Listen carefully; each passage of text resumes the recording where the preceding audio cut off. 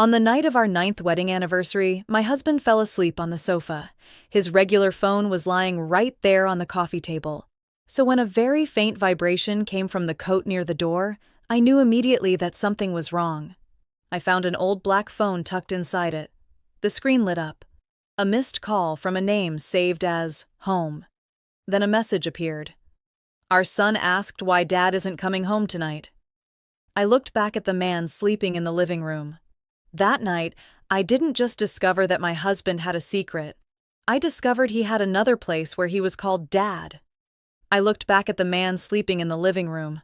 I used to think my husband was only hiding another woman, but that night, I discovered he was hiding an entire other home. And what chilled me most was not the phone.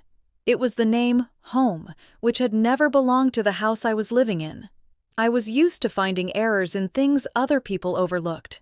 At the hospital, my job was to read health insurance files. One wrong number could get an entire claim rejected. One misplaced service code could make a patient wait several more weeks. One missing signature was enough to bring the whole system to a stop. I had lived by small details like that for years. My name is Rachel Monroe. That year, I was 35 years old and living in Portland. I worked at a private hospital near downtown. Every morning, I sat in front of 2 computer monitors. I compared files, checked admission dates, and matched invoices. I knew when a data line looked correct, but was actually slightly off. I was paid to trust that feeling. The irony was that in my own marriage, I took far too long. I saw the small signs. I sensed that certain things didn't match, but I always found a way to explain them in the kindest possible direction. I didn't want to become the kind of wife who inspected every message. I didn't want to open a door only to find nothing inside but my own embarrassment. Daniel Monroe, my husband, was 38 years old. He worked as a construction project manager. He was not the kind of man who walked into a room and drew attention. Daniel was quiet, dressed simply, and drove a gray pickup truck. His hands were rough from job sites, but his voice was always calm. He gave people the feeling that everything would be okay. My family loved Daniel. My mother once said he seemed like a man who knew how to keep a home steady. My father liked that he didn't show off. The neighbors often asked him to fix small things too. Once, Mrs. Collins's car died in front of our house. Daniel stood outside in the rain for nearly 20 minutes helping her get it started again. Afterward, she brought us an apple pie to say thank you. He also knew how to do the right things at the right time. On my mother's birthday, he always called before I did. When her faucet started leaking, he brought his toolbox over right after work. On every wedding anniversary, he still bought flowers. Not an overly expensive bouquet, but enough for everyone to see he was thoughtful. Those things made me blame myself many times whenever I felt uneasy. Daniel and I had been married for 9 years. From the outside, our marriage looked very peaceful. We didn't have loud fights. There were no doors slamming at midnight, no breakups and reconciliations. Daniel didn't disappear for days without a reason. He didn't leave strange perfume on his shirts. Everything was so normal that the normalcy itself confused me. Later, I understood that marriages do not always break with shouting. Some things die very slowly. They die through the sentence, "I'm too tired." They die through, "Let's talk tomorrow." They die through, "You're overthinking it." If you hear those sentences long enough, they become a wall. You still live in the same house, but you can no longer reach each other. 2 years before the night everything came out, Daniel started going out more often. Not long business trips that would shock anyone. Just one evening later than usual. One Saturday morning when he had to stop by a job site. One night at a hotel near the Northern Project. He always told me ahead of time. He always had a schedule. He always texted that he would come home as soon as he finished. I believed him because his job was like that. Construction projects always had problems. Contractors changed schedules. Investors wanted private meetings. A permit needed an urgent signature. A crew delivered materials at the wrong time. Daniel told those stories in a very practical voice. He didn't add drama. He just spoke like a man tired from responsibility.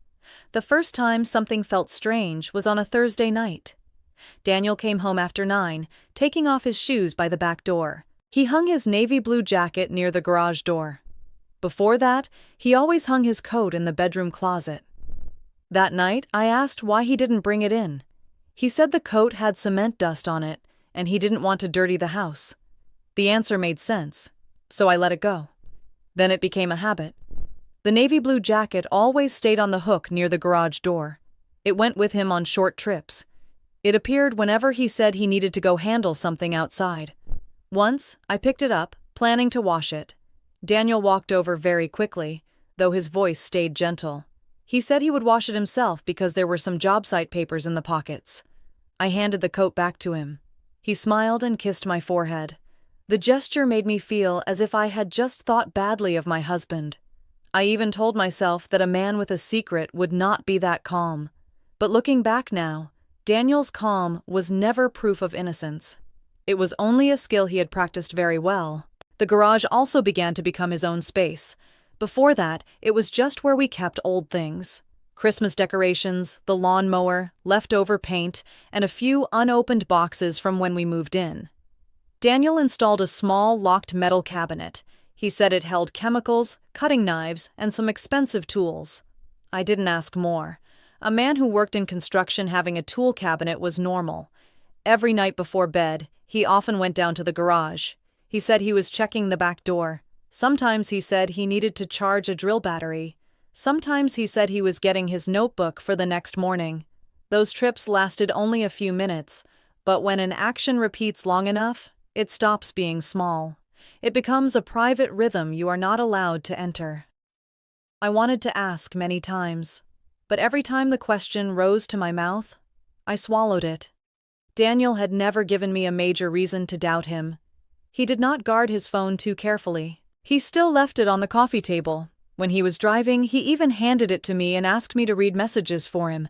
Everything on that phone was clean, so clean that sometimes it felt like a room prepared before guests arrived. The question of having children was the deeper crack. When we first got married, we said we would wait until we bought a house. After that, Daniel said we should pay down some debt first. Then he said his job wasn't stable enough. When I was 33, I began bringing up fertility testing. Daniel held me and said we still had time. He said a child deserved to be prepared for properly. I believed him. I wanted to believe him. I worked extra hours at the hospital. I took month-end file processing shifts. I cut back on a few trips. I put money into our joint savings account. I read articles about reproductive health. I bought vitamins and hid them in a kitchen drawer because I didn't want to pressure him. I thought I was being patient for our future. There were nights when I lay there staring at the ceiling for a long time. I listened to Daniel breathing steadily beside me. I wondered if I was rushing too much. I wondered if a good wife should know how to wait. When a man speaks in a reasonable voice, it is very easy to call your own sadness selfish. I did that to myself for years. One Sunday evening, we had dinner at my mother's house. She made roasted chicken, mashed potatoes, and peach pie. After dinner, she asked very gently when we were planning to have children. I felt my face heat up. Before I could answer, Daniel took my hand under the table. He smiled at my mother and said we were letting everything happen naturally. I remember feeling grateful. I thought he was protecting me from a difficult question. I squeezed his hand under the table. He squeezed back. That moment once made me feel like we were a team. Later, when I learned about Noah, I remembered that hand and felt sick. He had spoken about letting things happen naturally while hiding a child who already called him Dad. The first physical sign I held in my hand was a receipt. That day, I had a mild cold, so I opened the kitchen drawer to look for medicine. Between old batteries and rubber bands for bags, there was a crumpled piece of paper. I was about to throw it away, but the words on it made me stop. It was a receipt for an old-style phone charger. Neither my phone nor Daniel's used that type. I stood in the kitchen, holding that paper longer than necessary. Daniel was in the living room watching the news. I asked if he had bought a strange charger. He turned his head very quickly, then slowly looked at the paper. He said it was probably something one of the subcontractors had left in his truck. He even laughed softly and said people on job sites left things everywhere. The answer was not clearly wrong. It also wasn't too perfect. That was what made it believable. I nodded, crumpled the receipt, and threw it in the trash. But a few minutes later, I took it back out. I didn't know why. I only knew that some part of me didn't want to let that detail go. A few weeks later, I saw prepaid SIM packaging in the outside trash can. I was not looking for anything. I was only taking out a new trash bag. The small plastic packaging was near the top, caught on the edge of the bag. The store printed on the packaging was in a town almost an hour from our house. Not a place where Daniel usually bought things. Not somewhere we often passed through. That night, I asked him very gently. I tried to keep my voice so normal it sounded like I was asking about paper towels. Daniel dried his hands with a kitchen towel, looked at the SIM packaging, then shrugged. He said maybe someone had tossed it into his truck by mistake when he was hauling materials. He said a few subcontractors had borrowed his truck that day to move things. He answered smoothly, but not too quickly, as if he knew what speed made a lie sound like the truth. I didn't argue. I had learned not to argue when I wasn't sure what I had in my hands, but I started remembering. The old charger receipt, the prepaid SIM packaging, the navy blue jacket, the trips down to the garage, the short drives to the Northern Project. Each detail on its own could be explained, but placed together, they began to form a shape. Daniel still lived like an ordinary husband. He asked what I wanted to eat. He texted when he would be late. He kissed my cheek before going to work. He still put the trash cans by the curb every Monday night. Those things confused me more. I used to think betrayal had to change a person completely. I did not know someone could betray you with one hand and fold a blanket for you with the other. One night, I woke up close to 2 a.m. Daniel was not beside me. I went downstairs to get water and saw a thin strip of light from the garage door spilling across the floor. I stopped. A few seconds later, Daniel walked in, holding a small notebook. He said he had just remembered a few measurements for the project. I looked at the notebook. It really had notes written in it. I looked at his face. It was truly calm. He asked why I wasn't asleep. I said I was thirsty. He poured me water, placed the glass in my hand, then touched my shoulder lightly. The gesture was familiar. It used to make me feel safe. That night, it made me feel as if I had been gently returned to the seat he wanted me in. I drank the water, went back to bed, and lay awake until morning. From that night on, I began hearing the gaps more clearly. When Daniel said he was tired, I heard what he wasn't saying. When he said we would talk tomorrow, I knew tomorrow usually never came. When he said I was overthinking, I no longer heard tenderness. I heard it like a cloth being laid over something rotting in the room. I still didn't have proof big enough. I hadn't seen strange messages yet. I didn't know the name Melissa. I hadn't heard of Noah. I hadn't found the black phone in his coat pocket. But inside our peaceful house, every small trace began pointing in the same direction. Phone, garage, jacket, short trips, explanations that fit too neatly. I didn't want to destroy my marriage with suspicion. I also didn't want to keep living like someone blindfolding herself. I only knew that every time Daniel went down to the garage, my heart went quiet a little. Every time he hung the navy blue jacket near the back door, I looked at it longer. And every time his main phone sat cleanly on the coffee table, I wondered where the thing he truly needed to hide was. I had not yet found a secret large enough to break a marriage, but I had begun hearing the very small cracks inside the house that looked so stable. The next morning, Daniel woke as if nothing had happened.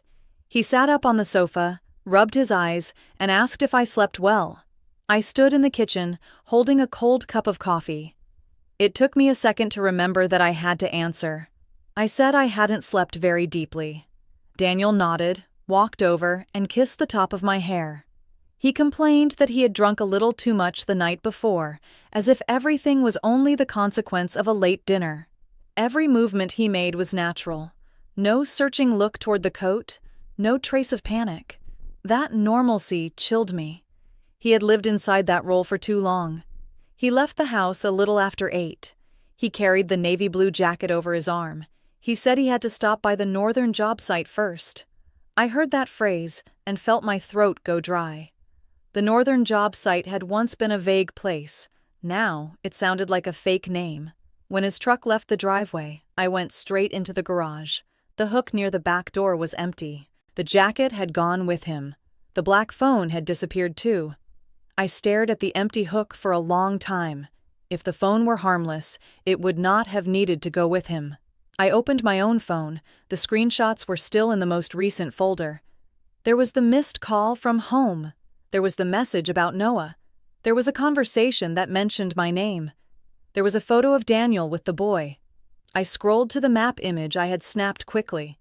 It showed an address saved under a single letter. H. That address was in a suburb less than an hour from my house. I called my manager and said I had a migraine. She told me to rest. I thanked her, hung up, and changed clothes. I took my car keys, entered the address into my phone, and sat still for nearly a minute. Part of me still hoped it was a job site, a materials warehouse, or a coworker's home. I sat behind the wheel for a while, hearing my heartbeat very clearly. Part of me wanted to turn off the car and go back inside. The rest of me knew that if I went back in, that address would keep living in my head. It would grow every night. It would make me question every passing car outside, every time Daniel picked up his keys. I didn't want to live like that for one more day. I drove out of the neighborhood. Every red light pulled me back to an old message. He would be late. He had a meeting. He told me not to wait up for dinner.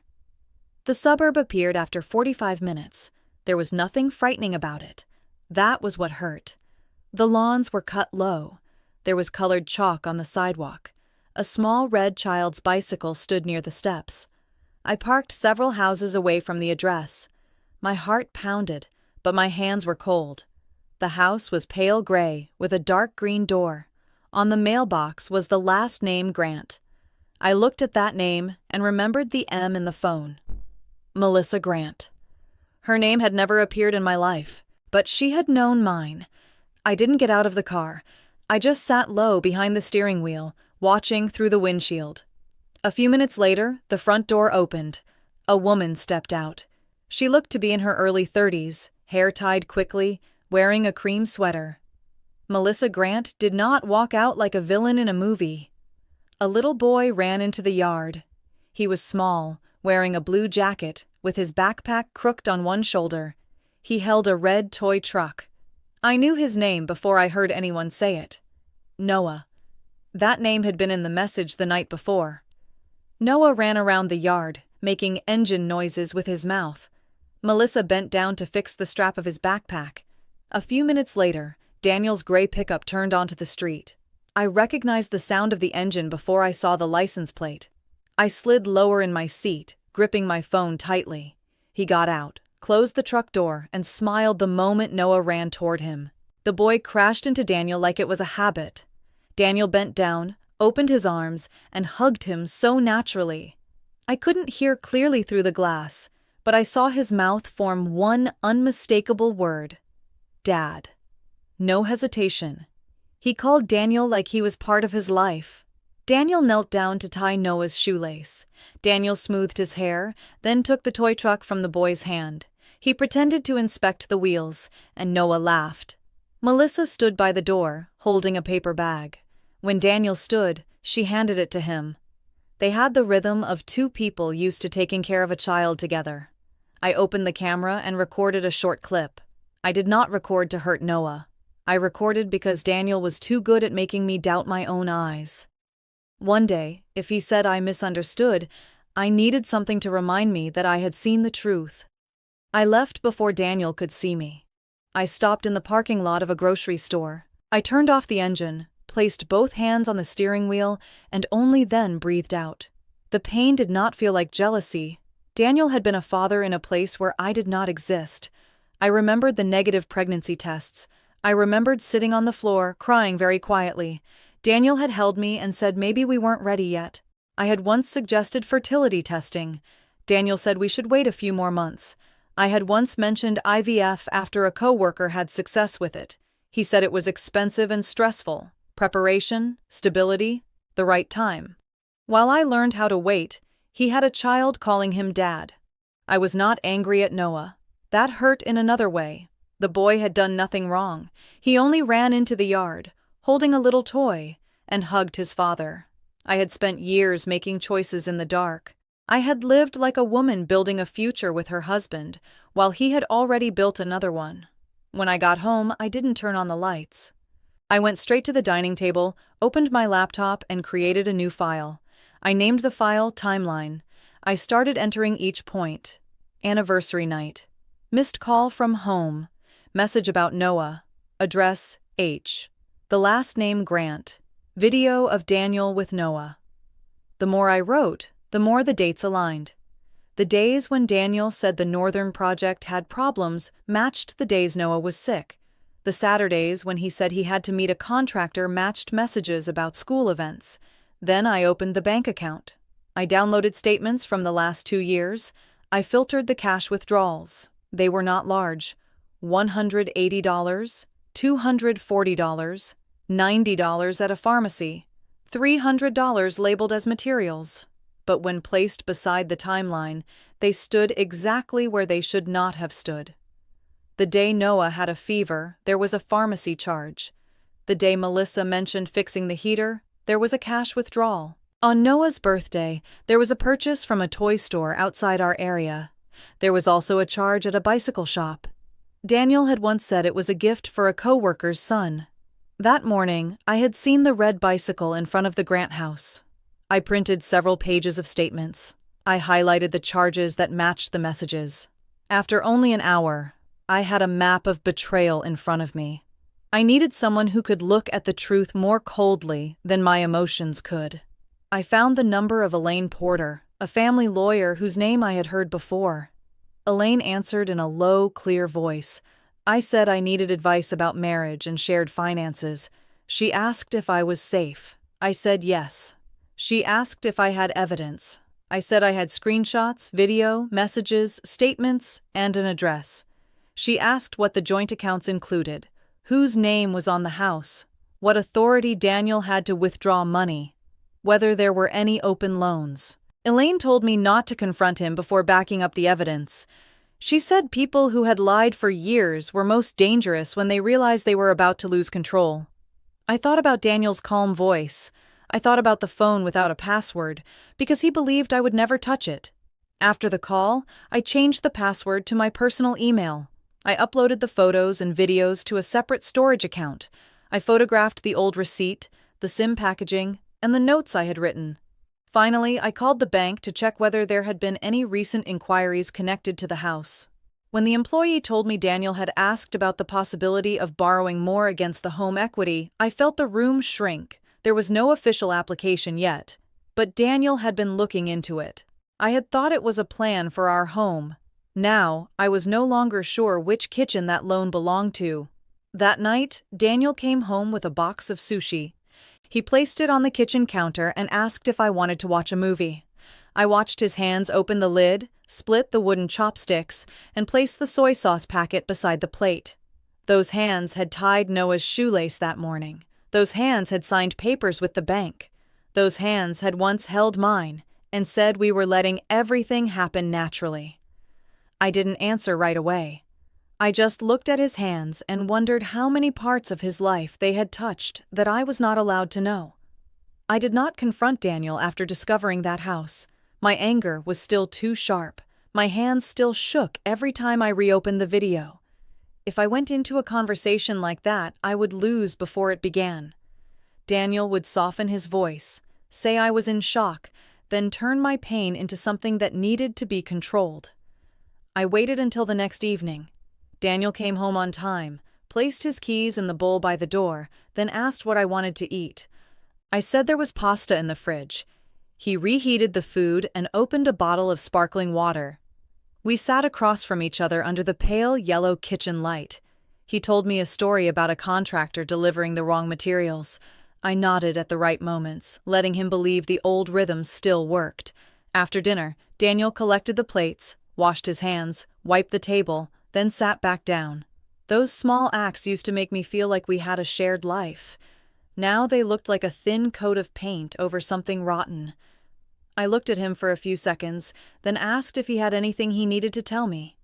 Daniel stopped very slightly. His finger paused on the rim of his water glass, just for 1 second. Then he looked up with his familiar calm. He asked what I was talking about. His voice was not loud, tense, or defensive. It was still the voice that had made me blame myself every time I doubted him. I mentioned the phone in his coat.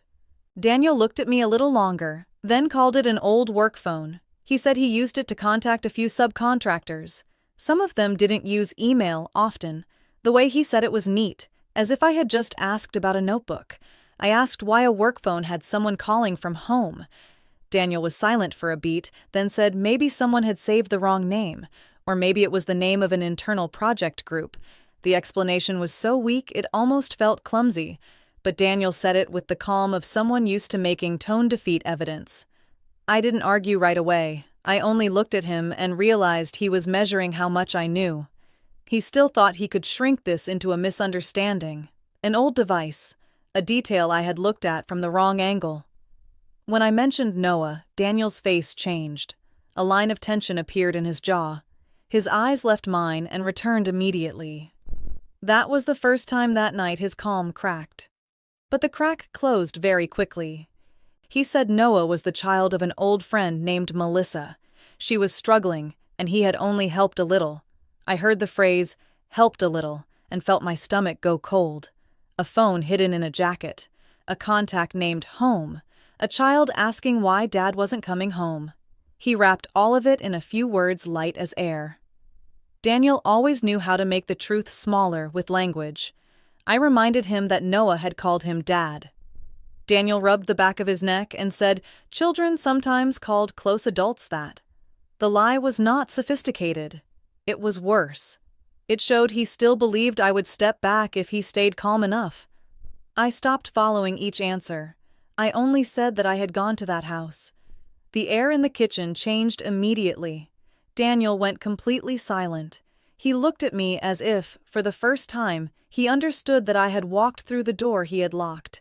He said Melissa was an ex from before he met me. They had met again a few years after we got married.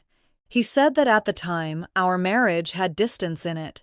He used the phrase, "we had drifted apart," very lightly. I remembered that period. I remembered working extra hours to pay down the mortgage. I remembered waiting for him to come home for dinner. Daniel said at first it was just a mistake. Then Melissa got pregnant. He didn't know what to do. He had planned to tell me many times, but the longer he waited, the harder it became. He was afraid I would fall apart, especially because I was already hurting over having children. I sat across from him, listening to him turn secrecy into a form of protection. That was what Daniel did best. He didn't only lie about events. He tried to claim the right to define the events. In his version, he was a man trapped in a difficult situation. He stayed silent because he couldn't find a humane time. I asked how old Noah was. Daniel said 6. The number landed on the table like a heavy object. When Noah was born, Daniel and I had already been married for 3 years. This had not begun in the last 2 years. The phone was only the newer part of a much older system. Daniel accidentally said the phone had only been used for 2 years. Before that, everything had been messier. As soon as he said it, he knew he had revealed more than he intended. Before the black phone, there had been another method, another number, another way of communicating. I asked how he had hidden it from me before then. Daniel did not answer directly. He stood up, then sat down again. For the first time, his body could not find a position. He said he didn't want to turn this conversation into a trial. I understood that sentence immediately. Then he brought Noah forward. He said the boy was innocent. He said I shouldn't drag a child into adult problems. He said Noah didn't deserve to lose his father because of his mistake. I knew Noah was innocent. I had known it from the second I watched the boy run into the yard. But Noah's innocence did not turn Daniel into a victim. Daniel was the one who had turned his child into a secret. Daniel was the one who made Melissa someone who had to call quietly after 10. Daniel was the one who made me the last person to know. I would not let him use that boy as a shield. When the conversation moved to money, I placed several highlighted statement pages on the table. He looked down and immediately understood I had gone further than jealousy.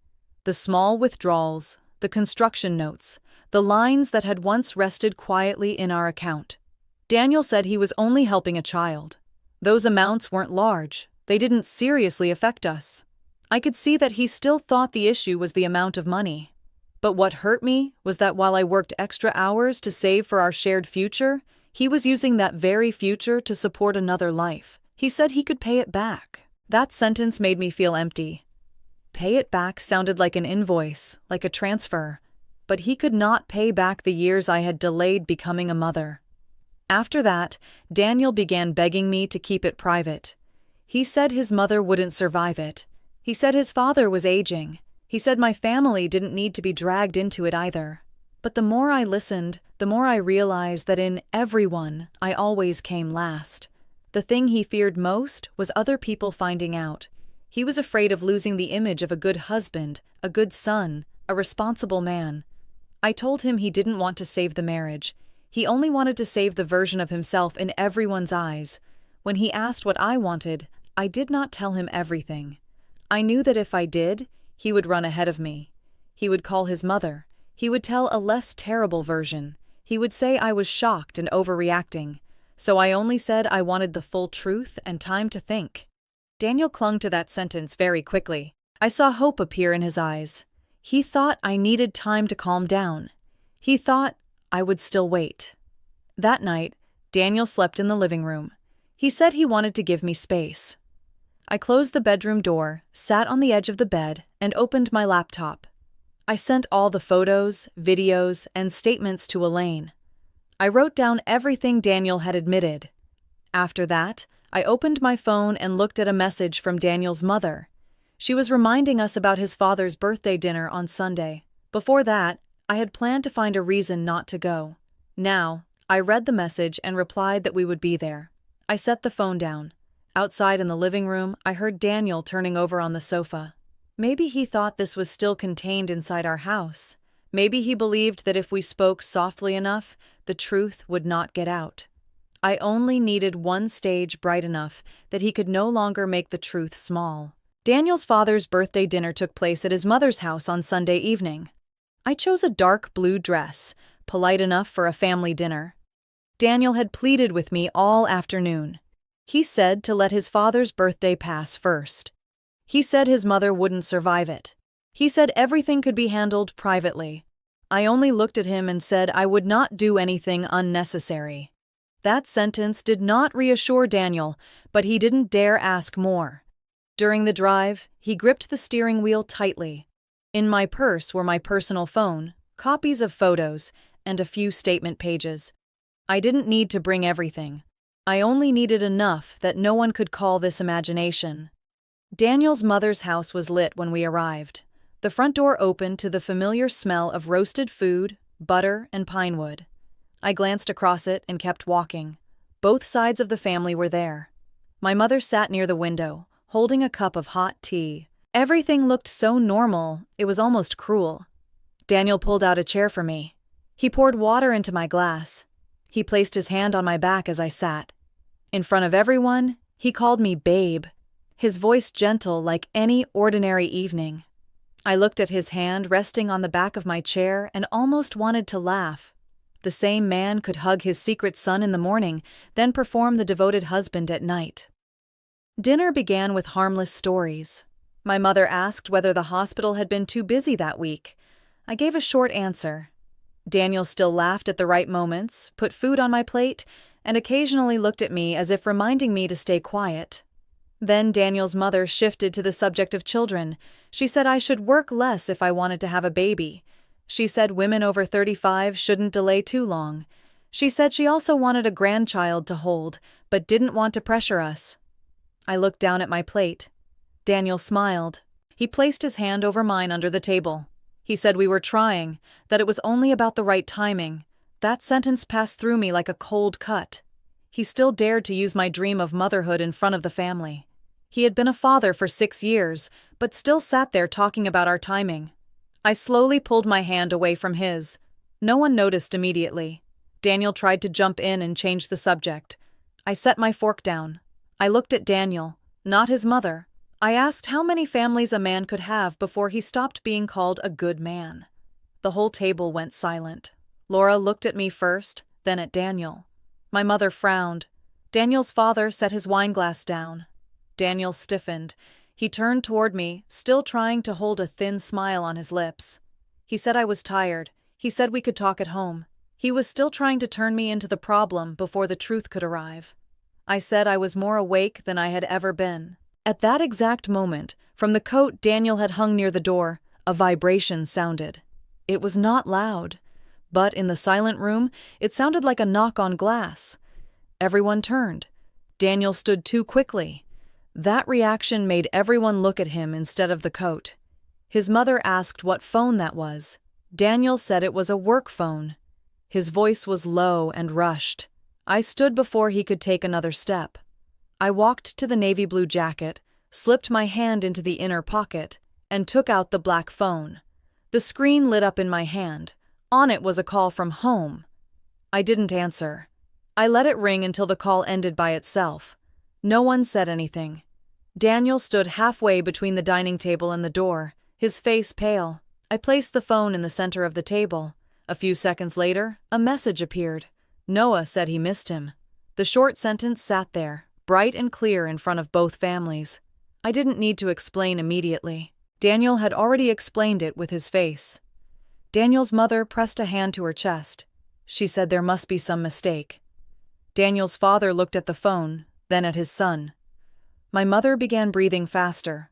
Laura pulled her chair back a little, but did not stand. I opened my purse and took out several papers and my phone. I didn't scream. I didn't cry. I simply began telling the truth, layer by layer. I said that phone had been hidden for at least 2 years. The woman's name was Melissa Grant. The child's name was Noah. Daniel was Noah's father. The betrayal did not begin 2 years ago. Noah was 6 years old. That meant this had started when my marriage was still very young. Daniel tried to interrupt. I raised my hand without looking at him. I opened the photo of Daniel holding Noah in front of the gray house. I handed the phone to Laura first, because she was closest. Laura looked at the screen, then looked at Daniel with an entirely different expression. I saw the system protecting him begin to crack. She did not defend him immediately. She only stayed silent. I placed a few statement pages on the table next. I pointed to the highlighted charges.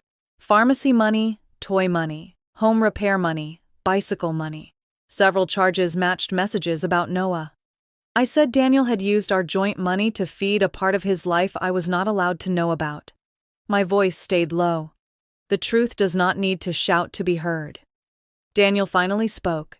He said I was hurting an innocent child. He said I had no right to bring Noah in front of the family. Those words made his mother look at me as if I had crossed a line.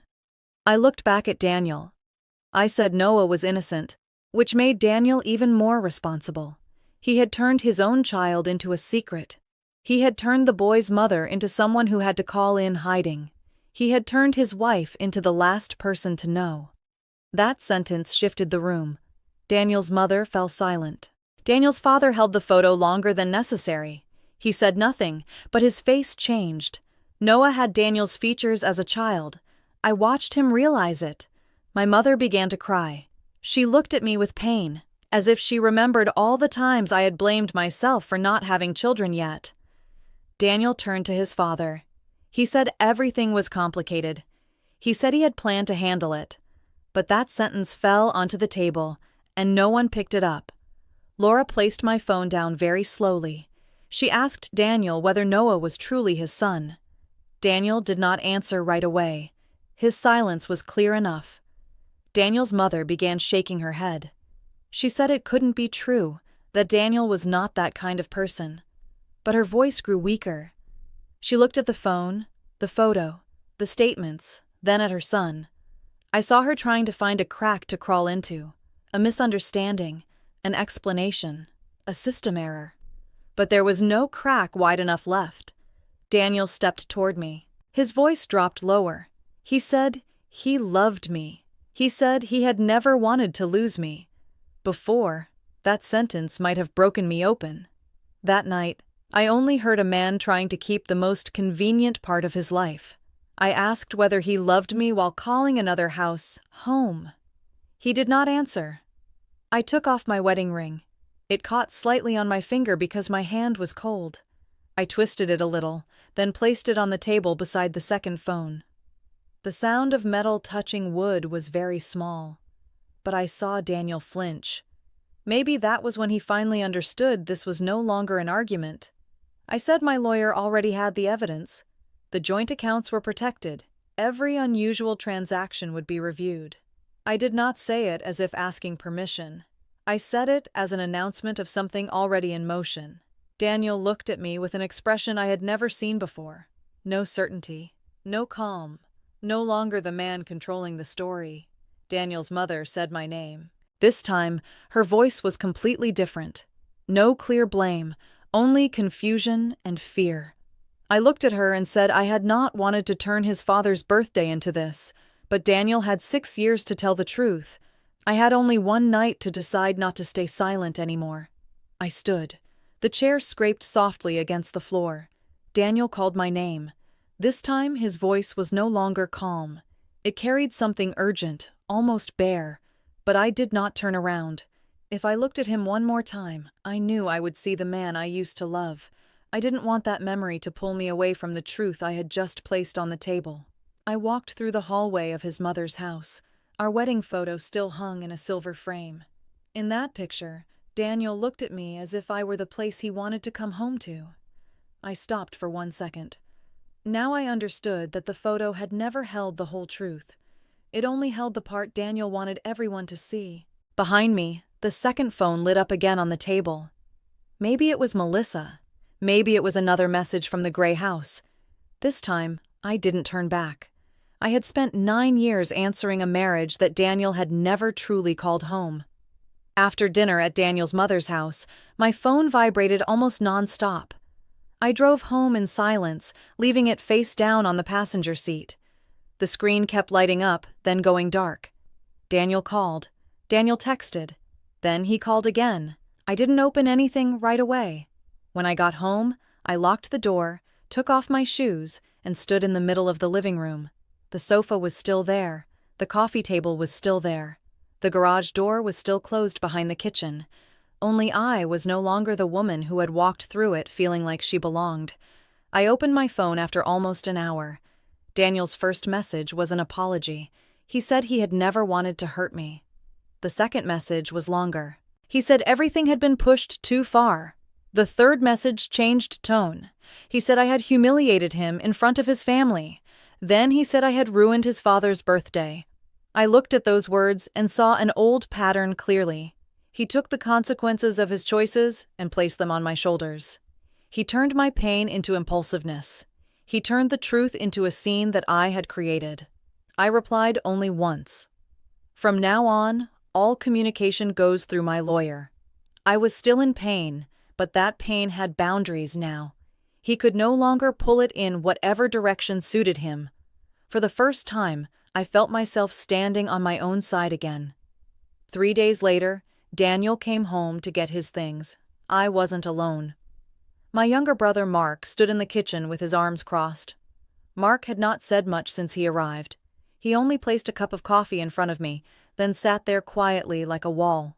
When Daniel walked in, he looked at Mark first. I saw him understand immediately that this house was no longer a place where he could control the pace of the conversation. Daniel carried an empty duffel bag. He looked tired, his beard not fully shaved, his eyes red. He moved through the living room more slowly than usual. He looked at the sofa, the coffee table, then stopped at the garage door. He went into the bedroom to get clothes. I stood in the hallway and did not follow. Mark was still in the kitchen, close enough to hear. Daniel came back out with a few dress shirts in his hands. He said he had never wanted to lose me. His voice broke at the end. I looked at the man who had made me wait for years, then answered with the thing I had understood far too late. You're not afraid of losing me. You're only afraid that I saw everything. Daniel closed his eyes. Tears rolled down his cheeks. Before, I might have handed him a tissue. I might have softened because I thought a crying man was being sincere. That day, I stood still. After Daniel left, Elaine Porter began digging deeper into the finances. She sent short, clear emails, item by item, joint account, credit cards, project bonuses, insurance. Everything I had once looked at with trust now had to be examined through documents. A few days later, Elaine called. She had found that Daniel had a separate account from Project Bonus money. It wasn't immediately shocking in size, but it was enough to show preparation. Some transfers had vague notes: consulting, materials, reimbursement. Some money moved through and disappeared from places I had already checked. Elaine sent me a comparison chart. Some charges were connected to children's items, some matched medical bills, some aligned with the heater repair at Melissa's house. Each separate charge could still be excused, but together they became another story. This was not temporary kindness. This was a system maintaining a second life. The thing that made me sit in silence the longest was a secondary beneficiary structure. Daniel had created a small fund connected to Noah. It was not large. It also was not clearly illegal. But it existed. He had prepared a legal piece for that child. He knew how to protect Noah in writing. I was not angry that Noah had protection.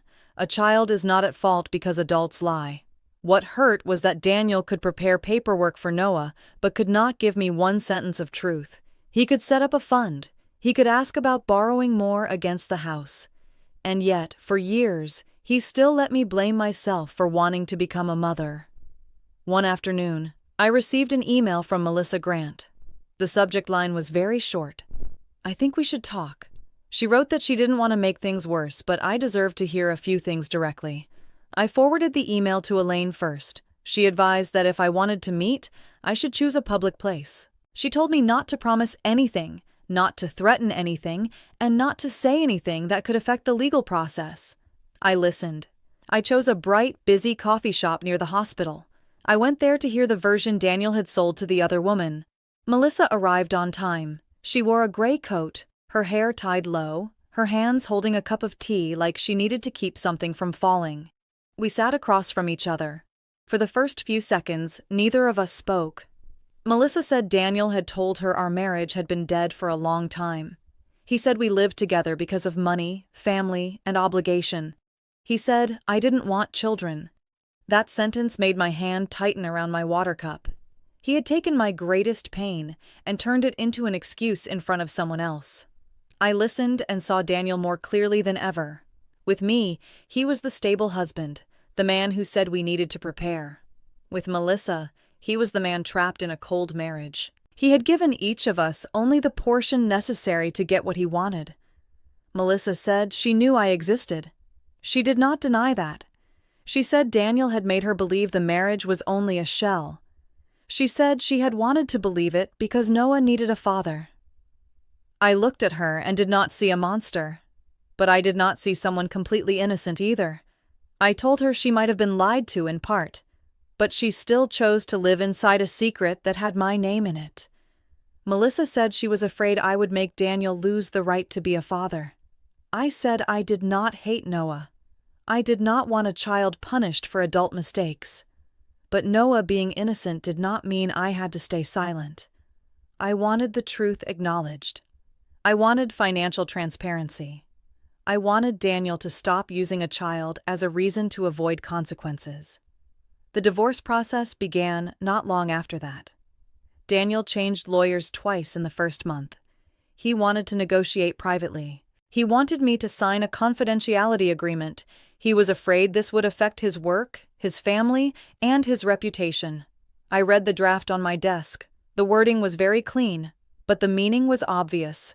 Let the truth go back into a locked room. I refused. I did not post an exposé. I did not call his company. I did not try to destroy his future through public anger. But I also refused to sign anything that turned my life into a secret again. I would not give him another room with my name on it. When the finances were reviewed, I began seeing the house differently. The garage was no longer just a garage.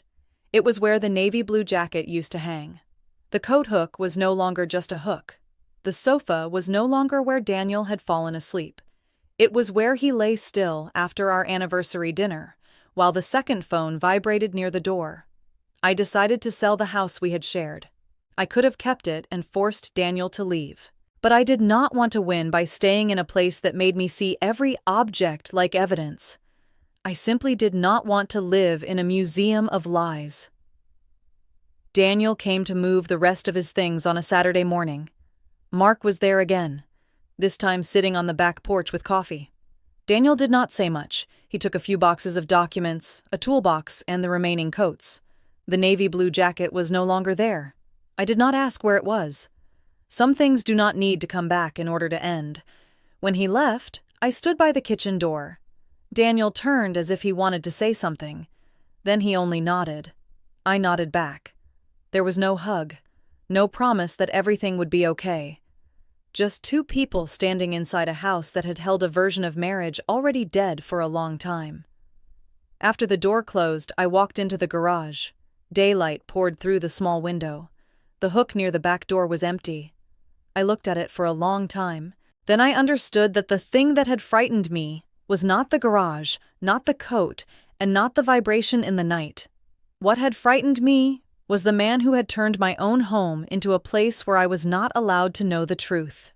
I moved into my new apartment on a cloudy morning. It was 12 minutes from the hospital by car. The building was not beautiful, just clean and quiet. The hallway smelled faintly of old paint. The apartment was on the 3rd floor, overlooking a small parking lot. On the first day, I didn't have a dining table. I sat on the wooden floor, my back against the wall, drinking coffee from a paper cup. Boxes surrounded me, labeled with blue tape. The kitchen was smaller than the old houses. Only 2 upper cabinets, a narrow sink, and a fridge that hummed softly. But there was no garage behind the kitchen, no navy blue jacket hanging near the door, no muffled vibration beneath fabric. I thought the apartment would feel sad. In truth, it felt empty, more than sad. That emptiness frightened me for the first few nights. I heard neighbors closing doors. I heard cars moving through the parking lot. I heard the heater turn on close to dawn. But I did not hear Daniel going down to the garage. I did not have to open my eyes in the dark. I did not pretend I was fine right away. Some nights, I cried in the bathroom. Some mornings, I woke and still reached to the side. My hand touched cold sheets. Then I remembered I was alone. Once I saw a man wearing a navy blue jacket outside a store. My heart dropped so quickly that I had to stop walking. But the new loneliness was different from the old loneliness. In the old house, I had a husband and was still shut out of the truth. In this apartment, I was alone, but I was not being lied to. I was in pain, but no one told me I was overthinking. I lost sleep, but no one used calmness to cover my fear. That didn't make anything easy, but it made everything more real. Elaine introduced me to a therapist after the divorce process began. During the first session, I sat in the gray chair and said very little. I said I had been betrayed. I said my husband had a second phone. I said there was a child named Noah. But when the therapist asked what I had felt before I knew the truth, I stayed silent for a long time. I realized I had lived for years in a state of self-editing. I always adjusted my questions before asking Daniel. I always softened my sadness before speaking it. I was always afraid of becoming a suspicious wife. In therapy, I learned that asking questions does not destroy a marriage. Lies do. I learned that a calm voice is not automatically the truth. I learned that intuition is not the enemy. I did not contact Noah. I did not look at his photos anymore, except what the lawyers needed. I did not want to turn a child into an extension of my pain. Noah had not chosen how he appeared in my life. I also did not interfere with Daniel being his father, as long as it did not violate financial or legal boundaries. I only hoped Noah would grow up with more truth than I had been given. Occasionally, Melissa sent brief emails through the lawyers. Those emails were only about documents and money. I was not looking for friendship there. I also did not want to feed more hatred. Some people should stand only at clear boundaries. Melissa was one of them. A few months later, Daniel's mother sent me a letter. A cream envelope, her handwriting slightly shaky. I left it on the kitchen table for 2 days before opening it. In the letter, she apologized for not believing me right away. She wrote that she still did not understand everything. She avoided certain parts, the way mothers often avoid their sons' faults. But for the first time, she admitted I had not imagined it. I read the letter twice. I did not cry. I folded it and placed it in a small box with the divorce papers. I didn't need that letter to be free. I had already walked out before she wrote it. but it helped me know that the truth had finally left someone else's mouth. It no longer lived only inside my chest. Some people ask whether that missed call ended my marriage. Before, I thought the answer was yes. Now, I know the marriage had ended long before that. It ended every time Daniel called another house home. It ended every time he delayed my dream of motherhood. It ended every time he walked into our house with a normal face after living another life. The missed call did not destroy my marriage. It only made the truth make a sound. After years of living beside a man with 2 phones, 2 homes, and 2 truths, I finally chose a life that needed only one truth. I'm Sophia. If you have stayed with Rachel's story this far, I want you to pause for a moment. Don't look at the second phone only as proof of an affair. It was proof, of course. It held calls, messages, photos, and a name that made everything collapse. But that phone was only the surface. The frightening part was the way Daniel divided his life into compartments. One compartment for the legal wife. One compartment for the other house. One compartment for the secret child.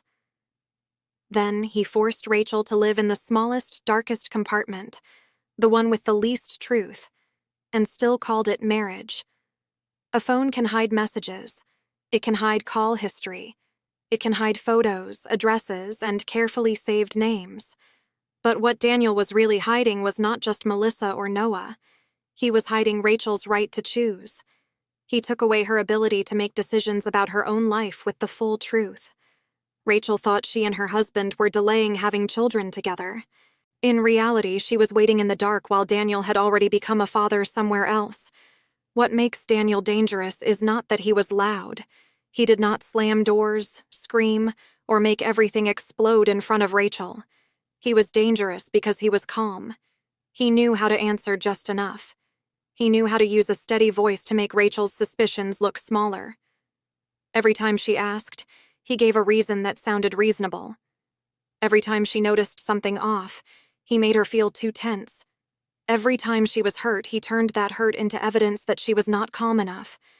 That is a very quiet kind of manipulation.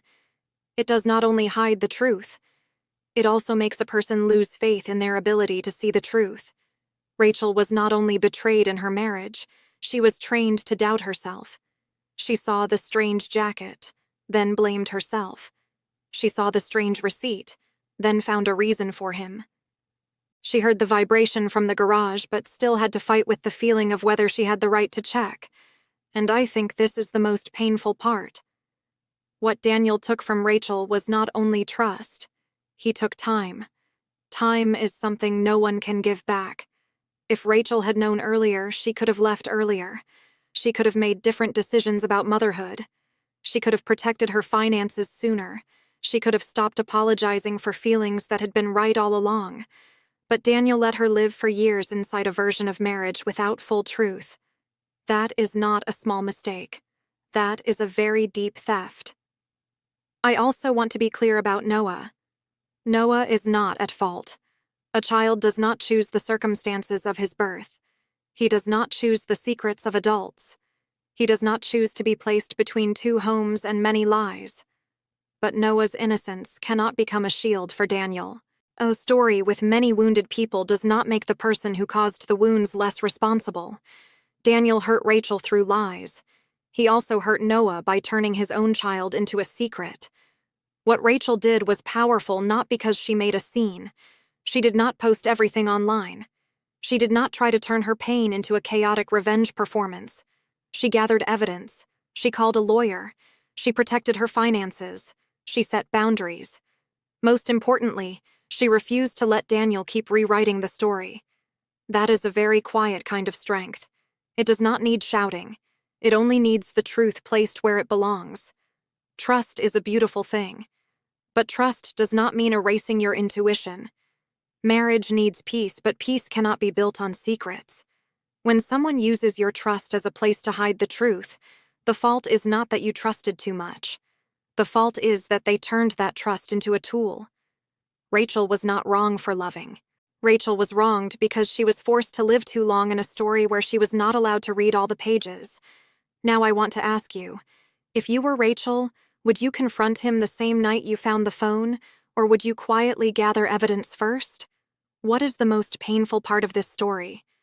The affair, the secret child, the hidden money, or the way Daniel made Rachel doubt herself for years? Leave a comment below and share your perspective. If this story made you think, please like the video, subscribe to the channel, and turn on notifications. I'm Sophia, and I'll see you in the next story. Sometimes a missed call does not end a marriage. It only does what truth always does. It rings at the exact moment the person being deceived is finally ready to hear it.